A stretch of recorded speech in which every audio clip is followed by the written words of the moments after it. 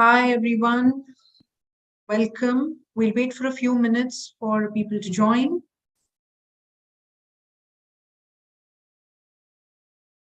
Good afternoon to everyone who's joining.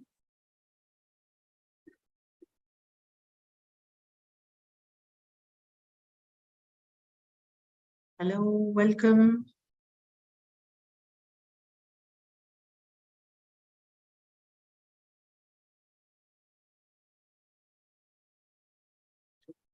Hi, everyone. Good afternoon.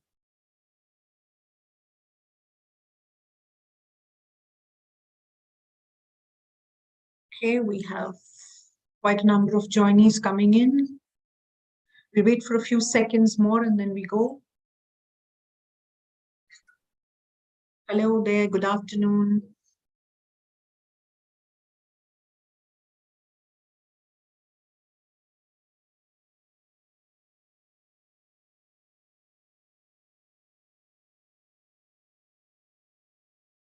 Hello, everyone. Welcome.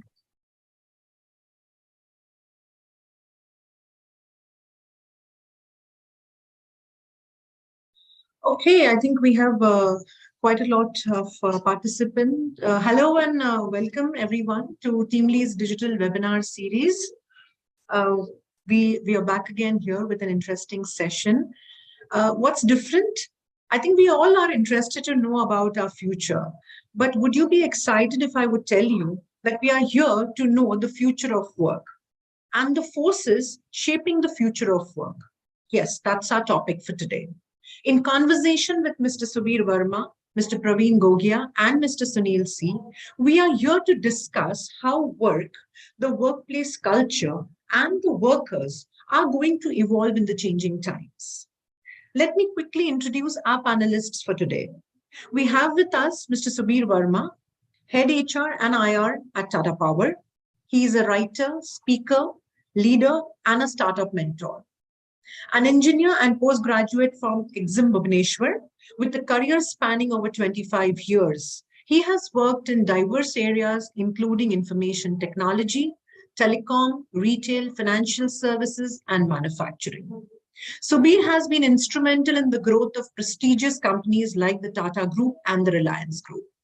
His recent book, Job Search Secrets, continues to inspire students, professional, and young career aspirants. Welcome to the session, Subir. Thank you, Monira. Thank you for having me and looking forward to this session with everybody. We also have Mr. Praveen Gogia, Executive Director and India COO at Numora. Praveen has a professional career of over 30 plus years, working with global corporations such as Accenture, TCS, and Zinzar Europe. He has span of experiences both in India and across the globe. For the past 12 years, Praveen has been with Numura India as an executive director and COO to head multiple BUs. With BE in industrial electronics and post-graduation from Newport University, Praveen holds several certifications in digital business, digital transformation, and cyber law. Welcoming you, Mr. Praveen, to the session. Thank you very much. Thank you very much, Mudira. Thanks for the opportunity and look forward to the conversation. Joining Praveen and Subir, we have with us Mr. Sunil C, CEO Teamly's Digital. With more than 25 years of diverse industry experience, Sunil has been in the staffing industry for more than 15 years and donned various leadership roles.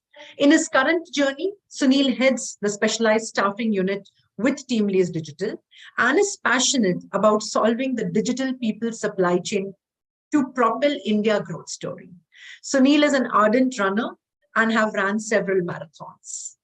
Sunil and Subir and Praveen, welcoming you to this session. Please note, the views expressed during the webinar belong to the panelists and not to the organization, its employees or affiliates. Sunil, let's set the context for the interesting session that we have today. While we have seen that the growing opportunity by 2023, the demand supply of 21% is expected to widen over 3.5x by 2030. What do you think can be the different supply chain models of the future? Thanks, Munira. And I would like to thank Subir and Praveen for joining us for this interesting discussion on future of work. Yes, Munira, good question to start with, to set the context. From the Teamly's point of view, we have been doing a lot of research on what are the forces which shape the future of work, and one important aspect is supply chain. And we did do a lot of research, and we decided, or we concluded, that there are 5 supply chain models which definitely will shape the future of work. The first one is geographic diversity. The second one is gender diversity. The third one is cognitive diversity. And the fourth one is workplace diversity. And the last one is the contract diversity. I would like to give you a brief about each of these buckets, and probably we can get on to the discussions post that.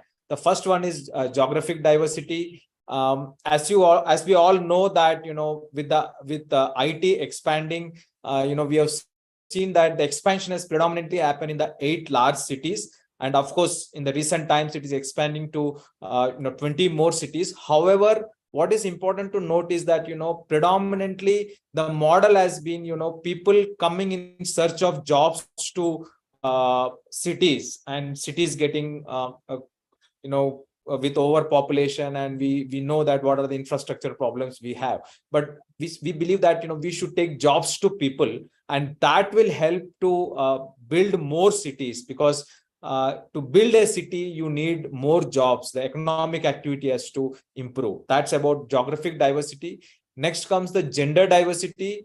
The participation in this in the diversity, I want to just stick to women participation, the gender diversity aspect. So we always wanted more than 50% or 50% women participation. However, despite several efforts across industries, it's only 20% participation of women. And if you look at IT sector, it has done better than the rest of the sectors. There is 36% participation of women. But with the changing work environment and working models, we strongly believe that this participation can go up. And there are early signs, the STEM participation of women has increased. And today's news, I was just reading the news about JEE registrations, where we have got 50% girl students, which is a good sign. And also the recruitment, from the recruitment point of view, we have seen the early jobs, or the fresher jobs, 50% are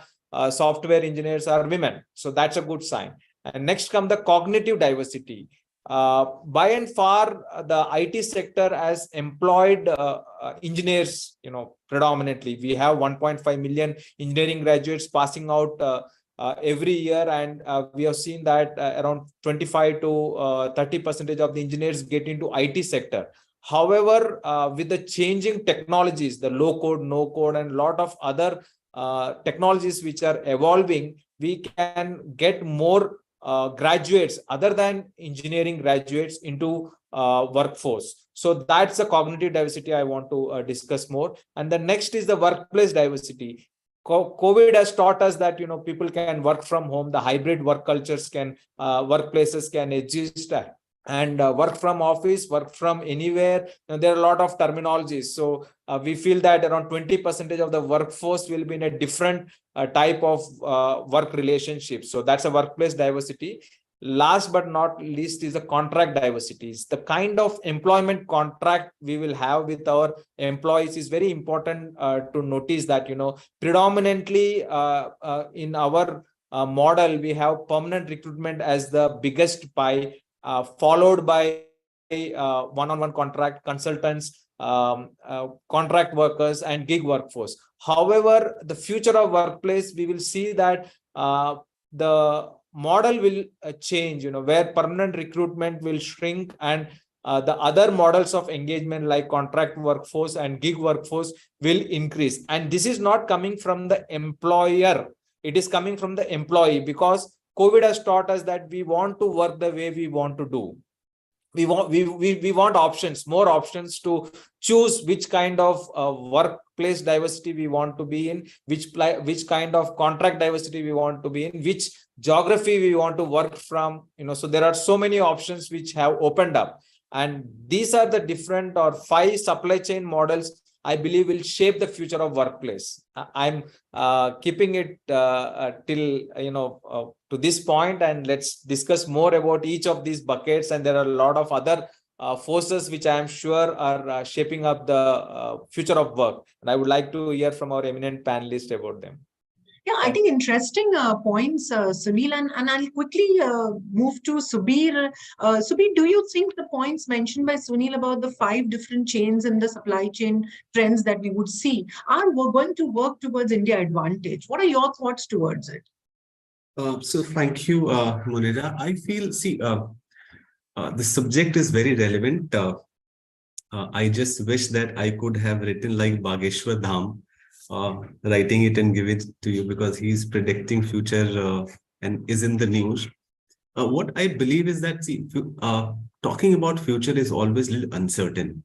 What I can share with you about the perspective which I am seeing in the since last 2 years time, and based on the experience, based on the geographical locations in which we are present and interaction with people, I feel that there would be 6 areas which organization as well as the students or the professionals who have long career ahead should prepare.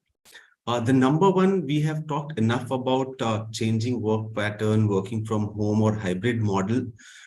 We should not go too much gung-ho about it, because if you see, there are 2 sectors which is typically work in India. So one, we talk about the digital company, which includes IT company and e-commerce company, which is very less in number. The second is the traditional sectors like manufacturing and traditional sectors, which is large in number. Yeah. So while leaders and everybody may talk about hybrid model and work from home, that may not be going to be reality for all the sectors. So depending on which sector the attendees are and which sector they want to build career, they should have a right combination. The second is which he mentioned about the employment type. So obviously you would see that there is a lot of new kind of contract which is coming into picture, new kind of people which are coming into picture, like freelancer, part-timers and gig workers. These are future. This is going to exist. So the permanent employment which is there in our minds is probably slowing, will slow down. The third is I feel that there is going to be a lot of competition in future.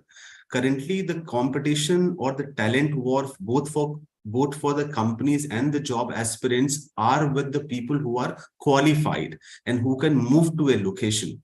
There are 2 set of segments which are coming and which will come in future. Mostly, one is there is large number of women employees who are educated but have not joined the workforce because of many reasons, because of home reason, family reasons. Now with coming and with opportunity by the organization to work from home and hybrid model, these women are going to be a very strong contender and very strong talent pool for the organizations. The competition for employment is going to be more increasing. The second set of the people who are there, many people in remote towns and rural areas or semi-urban areas who are not able to relocate to cities because they are one child, or the the girl child is there and their parents are not allowing to go. So that workforce is quite large in number, and they are also going to join the workforce because organizations are giving the opportunity of working from home and these kind of opportunity, and also that these organizations are opening remote offices in those areas. So the competition is going to be intense from the women employee who are educated but couldn't join workforce due to many reasons. And the second is people who are from remote town and rural areas. The fourth thing which I see is going to change the way organizations are designed. Currently, you have large hierarchy in the organizations. That is going to change from larger to smaller teams, and maybe a very centralized or headquarter focus to a very localized organizational design, which is going to have. The fifth area is going to change in terms of technology. You would see that there are many jobs which are repetitive in nature, that probably would be done by the machines or metaverse. The technology will replace those jobs. So people, those who are job aspirants or those who are looking to build their career in future, they need to be prepared. And if time permits, we'll share about what kind of preparation they need to do. And second area of technology which they need to use from generalized to personalized experience. The sixth and the final one, the change which I see in future is going to happen is about the communication and mode of communication. So corporate need to catch up a lot from the younger generation. Like younger generation are very easy to use the social media. And social media, when I say, we are people like of our generation are still stuck up with Facebook and LinkedIn, whereas their communication is more on, say, Instagram and such tools where there is a fast communication. So the organization also need to adopt to these mode of communication and the communications where the younger generation is present. So there has to be a multiple chain of communication which needs to be used. So I feel there are 6 areas where the future of work is going to be: change in work pattern, change in employment type, workforce diversity, organizational design, technology, and communication. Monira. Interesting. I think we're seeing a lot of new trends that we're going to look at. Praveen, basis to what Subir and Sunil are talking about, the change, the different trends, and what organizations will foresee. As leaders, do you think that we're doing enough to kind of make all of this happen? You know, if we talk about women participation or we talk about the dropout ratio. So largely we see India has the highest participation of women opting for, STEM graduation. But we also see that they are the highest when it comes to the drop-off ratio. Similarly, if we look at hybrid as a model, which Subir speaks about, where we'll have both cultures inclusive, where not necessarily that we should, go about only whether we're going to be a work from home or a remote or an offline, but in combination. How do you think organizations are going to manage this war? Is it going to be an immense pressure on them to kind of compete with the changing times too drastically? And what are the certain things that we still have on our plate to do? Let's hear from you before we go to Sunil, and then understand how the other society institutions are going to contribute to that. Thanks very much, Mundira. Thanks, and I must say that a lot has been covered by Sunil and Subir, so leaves me with a very little scope of sort of how to sort of respond to that question.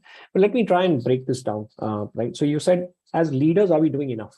Right. But then a whole bunch is being said about a whole lot of things. Right. So are leaders doing everything for every area?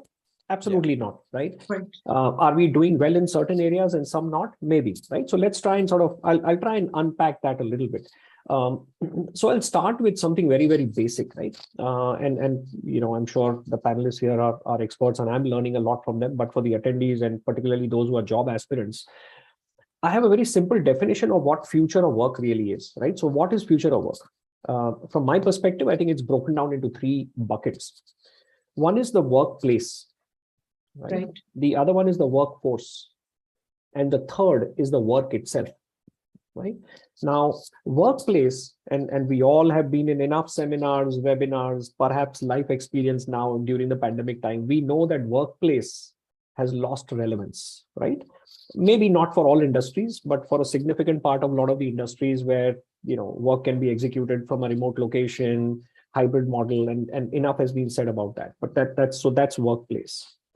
The second is workforce, right? Which is who are the people who are going to be engaged with the organizations? And I think Sunil touched upon it, Subir talked about it as well, that the traditional form of employment is passé, right? Organizations will have to evolve a lot more in terms of engaging with the gig workforce, part-time workers, consultants, and so on.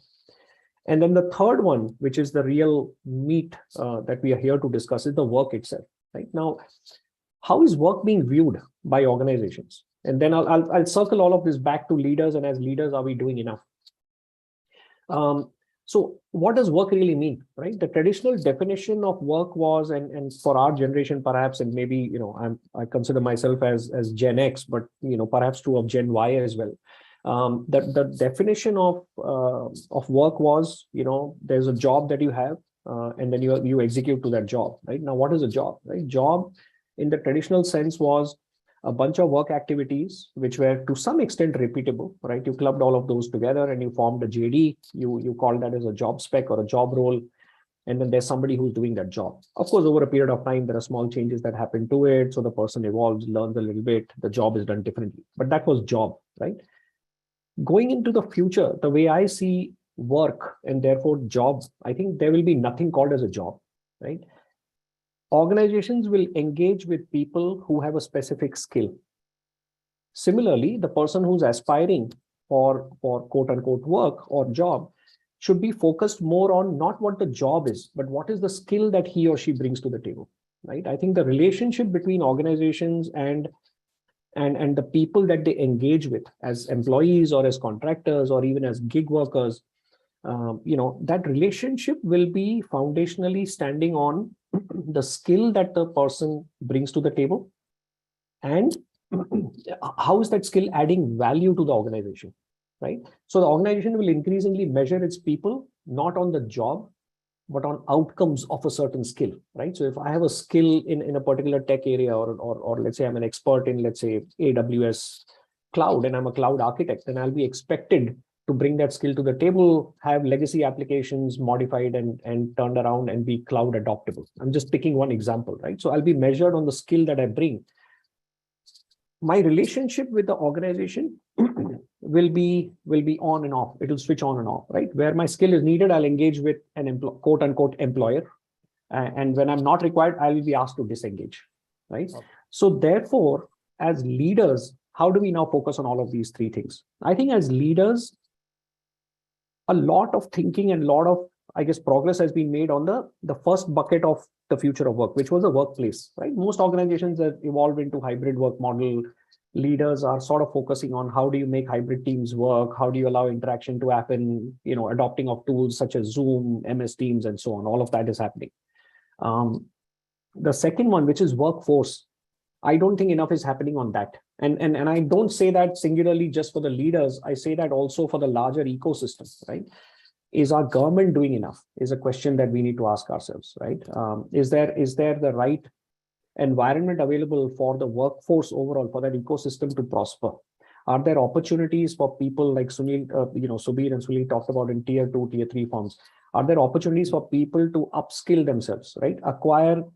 Don't chase degrees and certificates, but acquire the skills that are needed the most in the industry today, right? So I believe that leaders collectively, as corporate leaders, engaging with the government, engaging with other institutions, I think we need to build on that second bucket, which is workforce. And then the third one is the work itself, right? But that's really, the work and the output that we produce will be a function of how the workforce development happens. Yeah. So I'll probably stop there and maybe we can sort of, evolve the conversation further. But I hope I've brought some, some clarity in terms of sort of how I see the three portions differently. Absolutely, Praveen. And it's interesting. Sunil, do you agree with Praveen when he says that it's going to be the future of when people will be hired for skills largely and, not for the role or the title or the jobs? What are your thoughts around it? There are two aspects. In the immediate term, we should look at people should be hired for skills and not for qualification, because we have a huge demand supply gap. It's around 21% demand supply gap, and it is expected to go by 3.5 times. Keeping aside the current market scenario in the IT sector, as Subir mentioned, IT is just around 0.8% of the entire labor workforce, but it gets more promotion. But you have the other sectors where still hiring is happening and there is a demand supply gap. So that gap needs to address that gap. I think government has tried doing various skill development programs, but still we have not seen enough skilling happening for the right job. So however, from the employer point of view, I believe that we should hire for skills and not for qualifications. On a long-term basis, what is the solution? We can't just fix the short terms. On a long term, I think the new education policy is a good step towards right directions, because the industry, academia, and the government has to together work on revising the curriculums in the engineering colleges and in various colleges in such a way that, when a graduate comes out of the college, he is employable. Today, there is a employability gap. We all know that in IT sector, which is the largest in terms of engineering graduate hiring, around 25-30% every year, around 4 lakh people join. 1.5 million engineering graduates pass out every year, and around 4 lakh get hired there. And it takes 9 months for them to be productive. They need to be skilled, because what they study versus what type of work is expected, there is a gap. So I think new education policy definitely will bridge that. How soon can it be implemented in all states is a point of debate. We have seen some states already implementing, and as Praveen also mentioned, that as leaders and organizations, are we engaging with the academia and the government to shape up the curriculum to get a better outcomes, so that the future graduates are readily employable? And the second or the third aspect I would say is that, unfortunately in India, the number of apprenticeship is the lowest. When you compare it to Germany or China, we have far less apprenticeship. We have not enforced on graduates picking up jobs while learning, earn while learn, or do a job while learning, which will help them to understand the workplace dynamics and also understand how working, how does it feel to work.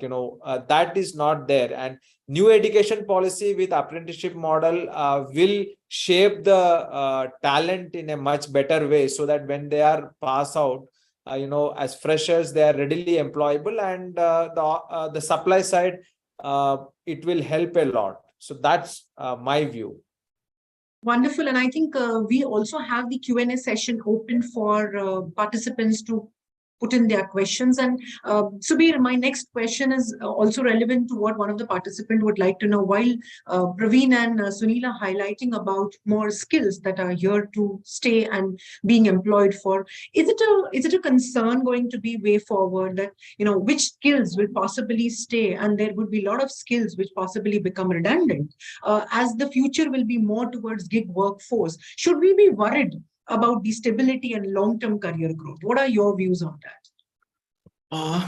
It's a very good question and very interesting one. See, as a company or as a professionals or job, whether it is a job seeker or somebody who is in early stage of their career, we in India have never given importance to career planning. We just join an organization and feel that it will. We don't plan well. So, for example, if a person is being given 1 lakh rupees, we do a lot of research, where to invest, where we will get more return, will it be safe or not, how long, how much I will get the return. So for 1 lakh of rupees, we do a lot of research and a lot of planning and take a long-term view. But when it comes to career, if you go to management college, people just join the organization anywhere they get the job. They don't do research on what kind of job is good for them in terms of their skill, their aptitude, what they love. They just join. And they don't, and from then onwards, they don't plan. So something which is very important for all of us is that we need to do career planning as we do financial planning, and take all aspects and take a long-term view. Now, the second part is that there are many skills. There is going to be a lot of changes. So, for example, currently, till some time back, we had the world of specialization. Specialists used to get recruited, and they were in demand. So, from specialist, it will move to generalist. You have to have multiple skills.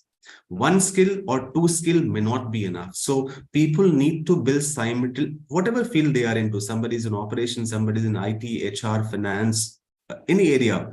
So multiple skill is something which is going to be very, very important, and which is going to bring the durability for career. The second is one source of revenue. Now, people, those who are working in traditional kind of organization, they have to have only one employment, but mentally we need to be ready that we need to have multiple source of revenue through multiple source of options if somebody does not have a so-called permanent job. So multiple job option is something which people need to be open to, and people need to be preparing to, and which will give multiple source of revenue. Obviously the number of opportunity is going to increase, and hence we all need to think about the income. We need to think about the support and the safety system which we are going to have, say, after 5 years down the line and 6 years down the line, when the these kind of working will come. And finally, everybody, irrespective of their specialization we must be very, very good in technology. I see many people who are in some say support function like HR, finance, or so functions. They are not that technological savvy. Irrespective of the career which we have chosen, we need to master the technology, because technology is going to be a mandatory skill. These are certain things which I feel is going to make a little bit safer our future career for all of us. Just to Yes, add to yes, Sudhir, Sunil. I think when we were interviewed, we were asked whether you know Excel, PowerPoint, so those are the unword. I think now, after listening to you, we need to know more technological, to use more technology tools, I guess. Yeah, absolutely. So, for example, if you see in any functions, people are expecting that you will do your job. That's given. That is what you're being hired for. But what kind of technological insight you bring, which will help the leader in taking the decision, which will help the company going ahead, which will help the company having edge in the market. So that is something which is very, very, so that is why, I mean, I recommend everybody to learn coding irrespective of what age you are in. You need to master technology. That is something which is very, very important. Great. I think I a have valid point, sorry. Subir. Yes, Praveen, before we come to your question, Yeah. Subir made an interesting point on saying that how do we look at alternate and multiple channels of financial planning and income? That triggers to the recent trends that we had on moonlighting. Praveen, in your opinion, do you think that that is something that should be encouraged? We had different views from the market on moonlighting, and it right now it's still under an ambiguous stage whether it's going to be something that is going to be acceptable. Is it going to be legally viable as a model? What are your views? I mean, Sure. Thank you. And I and was while I know that moonlighting has been going on since ages, though not formally declared as moonlighting, but we all had, Sunil gave a very live example of LIC agents during those days when we had our relatives or any one of our uncles, also being an LIC agent post 5 p.m. So tell us something about that. Sure. Happy to contribute. And I'll make a point also to the technology bit that Subir mentioned. So maybe I'll start with that, because otherwise I'll lose that train of thought. I think some very, very interesting points made by Subir, and I totally endorse all of them. I think one needs to look at career from a long-term perspective, identify the area that you're passionate about. Now, I know it may not come very early in your career. Many of us still struggle trying to figure out what is it that I really want to do with life and my career. So it's perfectly okay. But the 2 points that I'd like to make is, don't be too self-critical, or don't put too much pressure on yourself. There are plenty of people out there who can potentially, sort of sail through their career being a generalist, right? Knowing a lot of things about a lot of areas is perfectly okay. One does not necessarily need to discover one specific area saying, hey, this is my dream and this is what I want to make my career in. It's perfectly okay to know many things about many things, right? So as they say, be a generalist. The other point that I'll add to the technology bit that Subir talked about, there was this famous paper that somebody wrote once upon a time, I think it was a few years ago, saying everybody should be a coder. Now, I come from a bit of a technology background myself, and I contest that view. I hold that view in respect, but I still contest it, because let me give you a contrary example, right? Today, there are tools available like low code, no code, where even a coder does not code. Okay. And I'm saying this particularly for the participants so that you don't walk away from this session with a lot of pressure, saying I'm a BCom graduate with an MBA and holy shit, I'll have to learn Python now, right? I mean, you don't need to, right? Because even coders don't code today. But I'll leave you with one thought, right? You need to be nimble and fast enough to be able to pick the tools with which you can do management analytics and data analytics, right? I saw some questions on the chat. window also about data analytics, right? So I'll maybe use a slightly derivative point of what Subir mentioned. One does not need to know coding, but one needs to know how to use technology tools, right? So if somebody gave you a Tableau and said, hey, sort of do some data analytics using Tableau, you should be able to be in a position to pick up Tableau as a tool, right? Even as a user, you don't have to be a Tableau administrator administrating the Tableau server, data server, right? Yeah. But you need to be adept enough at picking up skills where you can sort of, do some quick and dirty data analytics, create dashboards and so on, because at every level in the organization, one is expected to now think and make decisions. Remember Subir's point about how organizations hierarchy is collapsing, right? Organizations are becoming flatter. So with flattening of organizations, decision making is descending down, right? So today it is not uncommon for a 3-5 year experienced person managing a small pod team saying, hey, look at the data in your area, your geography, tell me what decision we should make, right? So I'm just quoting these as examples, right? So one needs to be adept at learning new tools. You don't have to be a coder per se. So I wanted to add that point to that discussion. But coming back to moonlighting. So on a lighter note, maybe that code that everybody should be a coder was done when no code tools were not. Yeah, that's true. Yeah. Maybe The when idea was that you need to create something by way of no code or knowing coding. Correct. But yeah, I just wanted to make sure that the audience does not, get how should I say, get overly worked up or worried about some of these things, right? But coming back to the question on moonlighting, and I think it's a fair opportunity and opportune time for me to remind everyone that the views that I'm going to present are my personal views. These are not my firm's views and Nomura's views. But going straight to the heart of the question, I think we talked about how there's nothing called jobs anymore, right? And it is also not about where you show up. The workplace is irrelevant. It's about how you show up and what skills you bring, right? So it is less about jobs, more about skills. In that background and in that sort of backdrop, right, the increasing engagement between employers and people seeking jobs is going to be skill-based. And in that ecosystem, you can't help but have multiple relationships with multiple employers doing part-time working, right? And in that context, therefore, I think it is going to be imperative for us to somehow legally permit moonlighting. And this is as much a challenge for the organizations, the corporates, as much as it is for the government, right? Because we, as a nation, we need to evolve and figure out mechanics which allows for that to happen. For instance, today, an organization sitting in India may find a brilliant, let's say, again, going back to the cloud technology, finds a brilliant cloud architect, but the person happens to sit in Hamburg in Germany, right? Does that mean I cannot employ him as a gig worker just because he's a foreign national? Right? These are questions that we will have to ask ourselves at some stage. Similarly, an Indian, highly skilled individual wants to engage himself with, let's say, Microsoft in Seattle in the US, and the contract is expected, that short-term contract is expected to be signed between Seattle and this individual Indian citizen, right? How do we make that happen? So as we talk about multi-skilled, multi-relationships, and multiple streams of income and all of that, I think moonlighting is inevitable. And that's my personal view. So we as an ecosystem, we need to figure out, corporates, institutions, government, particularly labor law ministry, need to figure out how to make it happen. So I'll probably just, leave it there, Munira, and allow for some other questions to sort of come through as well.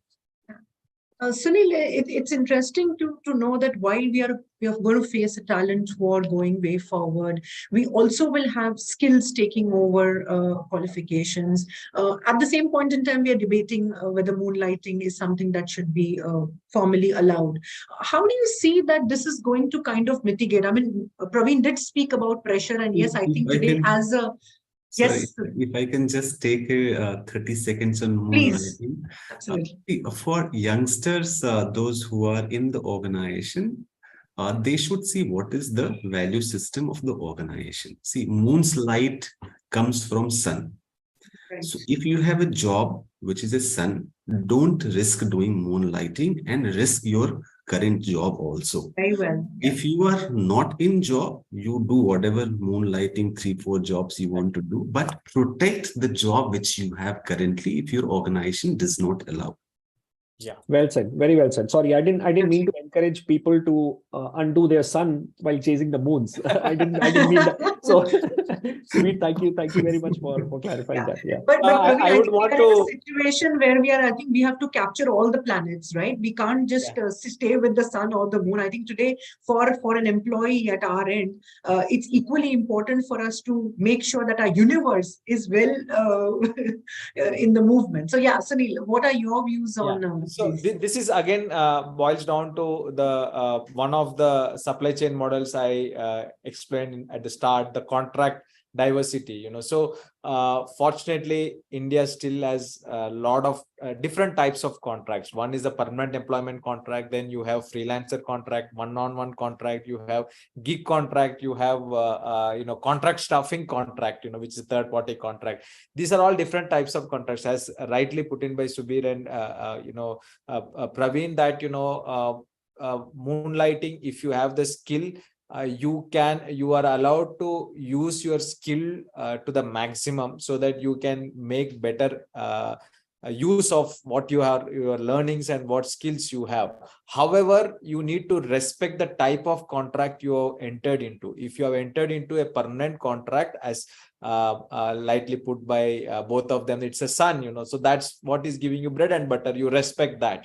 If you want to engage with multiple contracts, then you change your employment contract. Nobody is stopping you. You can change your employment contract to a freelancer or a gig or a contract, and then you can accordingly revise your contracts. That's the future. So if you look at the 5 supply chain models I explained, the contract diversity is not driven by the employer, unlike in the past, where the employer decides how much percentage of the staff should be permanent and how much should be contract. In future, it is a passion economy. It is me who will choose as an employee that which type of contract I want to enter into, so that I can fulfill my ambitions and utilize my skills to the maximum. That's going to be the future. I mean, I can't predict the future, but I can see that it is going in that direction. Absolutely. Sunil, one more important question that comes to my mind. We are all speaking about enhancing skill sets and having some sense of upgradation towards technology. All this while, when we select a career aspiring individual, selects organizations, we always talk about brand, employer brand. Do you see the future will still move by me selecting, or any aspiring candidate selecting a company through an employer brand? Or we are going to kind of change this universe also, and employer branding will not be the same norm for opting for an organization? Or what are your thoughts on this? In the short term, employer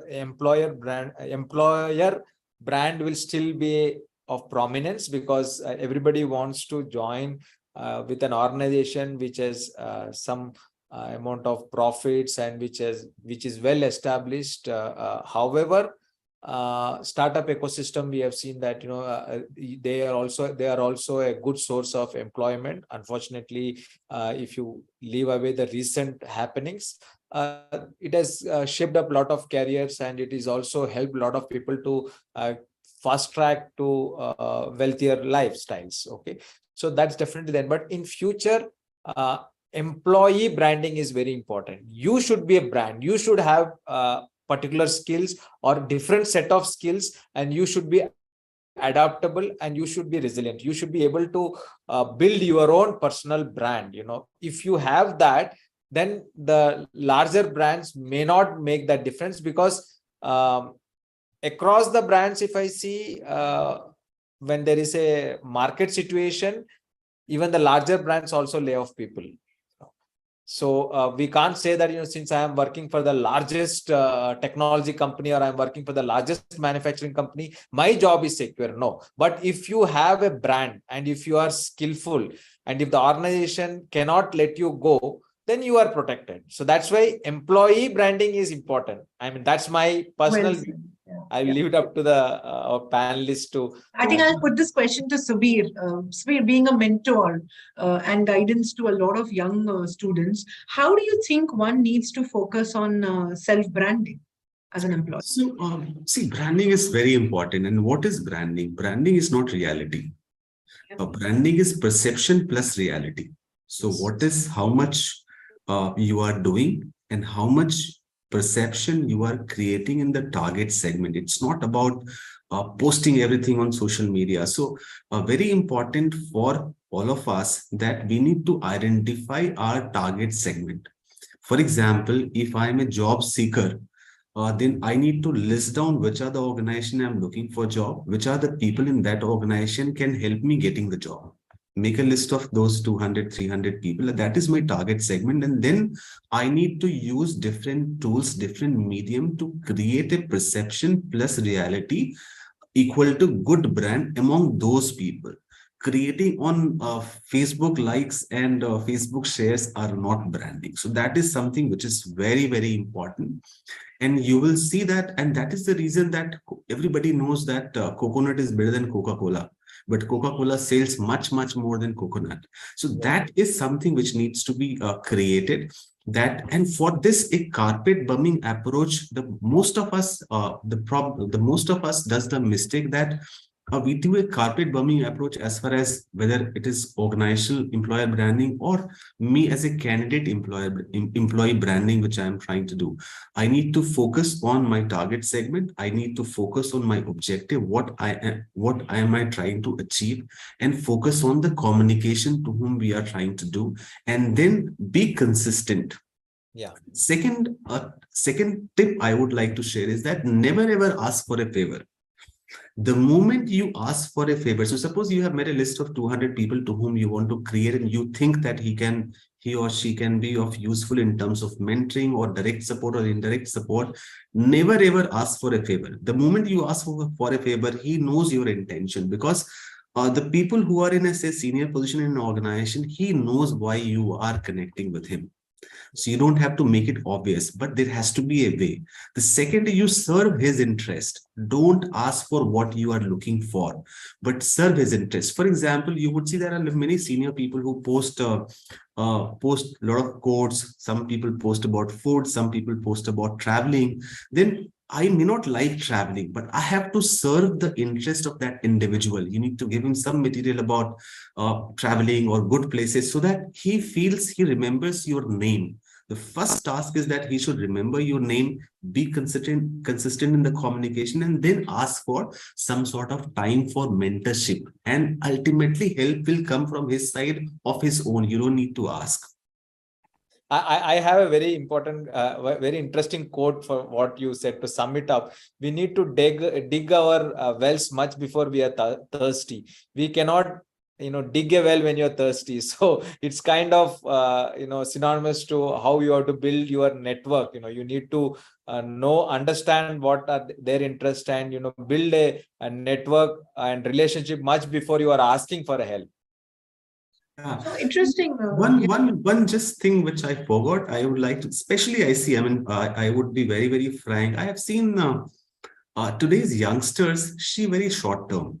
So for example, if I'm trying to build relationship with this Sunil, so I send him a request, I do something for 1 or 2 times. If he is not responding, or if he has responded negatively, I just drop him, I just dump him.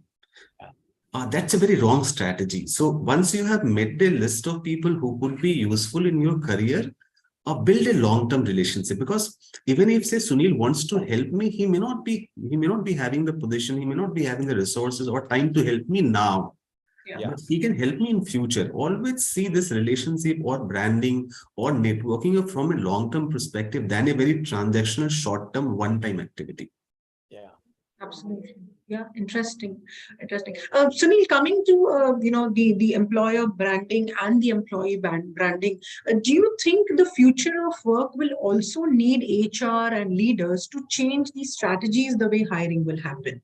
Do you see that? I mean, Subir in the beginning of the session also spoke about saying that our world and universe remains within LinkedIn or a Facebook still and emails, but the universe of the youngsters or the gig workforce will be more socially connected, will be more short term. So how do you think hiring strategies will change? I mean, will we still hire the same methodology of inviting applicants and interviewing applicants and taking them to the series of sessions and rounds, or it's going to be different? I mean, can I also apply through metaverse? there can be very different channels which can evolve. It's not going to be one pond. It's going to be multiple ponds, as Subir and Praveen have put in that, if you're looking for your future employee, you don't know where he is. He cannot be on LinkedIn and some job sites only. He can be in different places. And from the HR point of view or from the employer point of view also, we need to identify and connect and establish communication channels to those ponds, so that we need to identify. Once we decide that we want to, let's say for example, I want to hire certain skilled resources, I should not just carpet bomb in job sites and LinkedIn. I should actually I should be working beforehand and connecting with those set of people. There are blogs where like-minded people exchange their ideas. There are sites, and there are platforms where coders come together of a particular skill. So we need to be part of it, observe it, and then we need to engage with them to know whom are we hiring. You cannot just look for a ready-made candidate, give an advertisement, expect application, interview, and then that's a traditional model. I'm not saying it will completely change, but it has to be a mix. It has to be mix and match. There can be some portion of the traditional recruitment which will happen, some portion of campus hiring which will happen, but there should also be new ways of hiring people, and that's the future. I think we cannot just depend on one channel. There are multiple omni-channel which will be happening. Sure. Thank you, Sunil. Praveen, we have a question from the audience saying that while we are going to strategize hiring and we will need to upskill our talent, our organizations, plus I think Subir also spoke about, and you spoke about that it will be more of a skill-based relationship, engaging in limited projects or a specific time period project. Then do you still think that organizations will have to really strive to retain the talent? And what kind of retention practices do you think in future are expected to be there? See, it's a very, very interesting question, because in today's environment and what we have experienced through the last few decades, as we've evolved as organizations, as an industry, as a structured sort of way of exchange of value, right? So employer and employee have a value exchange. The way it has evolved today, we are compelled to look at it only from the point of view of this job has to be done, and this employee is doing it well, therefore I need to retain the employee. I think we are yet to see how these things unfold as the employment itself undergoes a fundamental change in definition, right? This whole job to skill journey that we talked about, right? 10 years from now, and I'm not an expert, can't predict, but 10 years from now, we will onboard people. I won't say hire, but onboard people for skills, and it could be for short term. In that context, how will the retention work, right? Or how will that relationship continue, and how will people continue to stay connected? I think it will be the way I see it again, right? I mean, I can't predict the future, but the way I see it is, it'll increasingly be more incumbent upon the individuals, the quote unquote skilled worker, whether it's a gig worker or otherwise, more incumbent on them to continue to stay socially in touch with the quote unquote organization, right? Because the organization, imagine today, 20% of our workforce is variable, let's say, right? Contractors, non-firms. That could become completely inverse 10 years from now. You could have 80% gig workers and 20% permanent employees as an organization, right? So it becomes incumbent upon the individual to continuously stay connected in that social network of organizations, potential employers, and the potential employer may not be an organization, right? I mean, who knows, right? I could be, and I'm just taking a hypothetical example, and maybe, not applicable as much to Subir because he's already an author, he's written a book. But let's say I want to write a book, right? But I don't have the writing skill. I may want to employ somebody who can help me write a book, right? I could just share my thoughts and views and ideas, and maybe somebody, writes it down for me. Now, what do you call that relationship, right? And how long is that going to be? Maybe it's going to be 1 year, right? I sign a contract with somebody for 1 year saying, hey, you're a great writer. Come engage with me. I want to write a book. But what does that, so after that 1 year is over, the need is more still with the writer, not with Praveen, right? Praveen is done with writing his book. Yeah. So the writer has to now go find another customer or another, prospect. So it's difficult to say. Retention itself, will change fundamentally, right? And who is it incumbent upon now to stay connected in that ecosystem? I guess that is a change that we will see in the next few years. Yeah. So can I can I sum it up saying that, future, when the employment structures change, it's going to be like a taxi cab relationship, So while in a way it sounds very different now, but in future that may be the case. Yeah. Yeah, absolutely. I think, retention is a big challenge for everybody, and as the economy will grow in future, especially in India, there would be more. It will be more challenge for the organizations than candidates or job aspirants. So, organization need to build a long-term culture, and I'm not kind of trying to put some comment on the current happenings, but how you have treated people during the bad time will be remembered by these people when they have good time. So it is very important that when there is a bad time going on, you be with the employee. Don't look them as a transaction when the company is making profit. So culture building is something which is very, very important if you want retention of the employee. The second aspect, which is very important, is the manager's attitude. We need to train our managers. So probably you will see most of the managers are, say, 35 and above. They have their own way of doing things. The younger generation, they are coming. There is a huge mismatch between what the younger generation expect, what I need to do, the way I should be treated, and what the manager, who are existing manager, they are being treated. So we need to prepare our managers to understand them, lead them through their way and not manager's way.